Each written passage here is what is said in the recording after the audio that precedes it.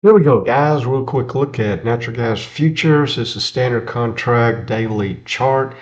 And to kind of go back a few days, we were consolidating down here. We had broken out just above this wedge formation. As you can see, the top white line had a couple of false breakouts previous to that.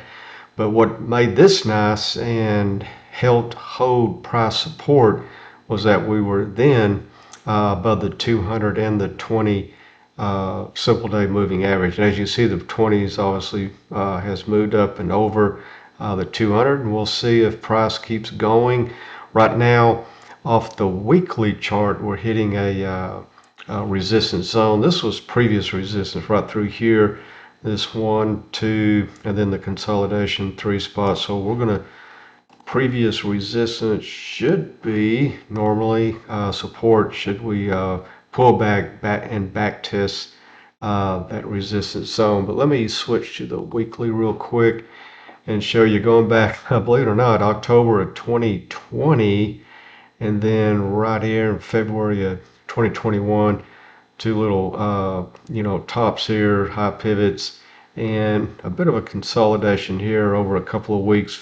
Then we broke through on the June of 2021. But anyway, that's what we're hitting now. That's the reason for the price issue right now, where we are uh, present day. So we're expecting possibly a little bit of a pullback here. In other words, consolidation, breakout, maybe a little back test, and then continuation. Normally how these work, and then we'll go from there. Now we have our Patreon members know what this is. That's a major resistance area right through here at, might as well call it 380, 386, right in this zone of that green dash line.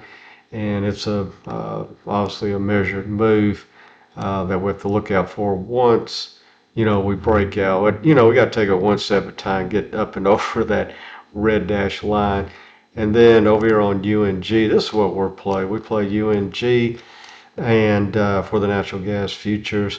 And as you can see, the blue arrow here was our go-to when we broke out of resistance. Now this is was a red dash line. We now made it blue because on our charts that's what that potential support will be. Of course, coming up into this zone yet again, we have that red dash line and the 200. Okay, and quick little tip here. When you're dealing with the 200, it doesn't look like much right here. I mean, we're real close. But the trick is, and what the novice traders don't know, you got to come back to the highest level or the widest gap between the 200 and the in price. Okay, and so any of these areas here, as you can see, that's the longest line right through there.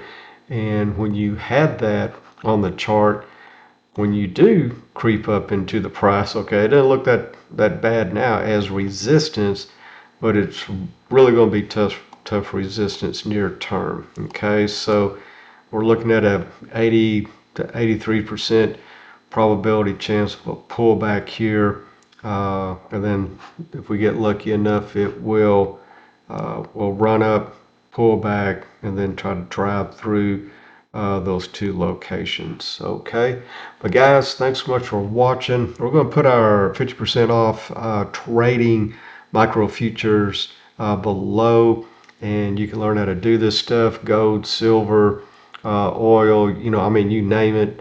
And then also more than half the course is actually the deep dive into training specifics, how to trade, how to scale in, scale out, stop losses, your biggest advantage, highest percent moves.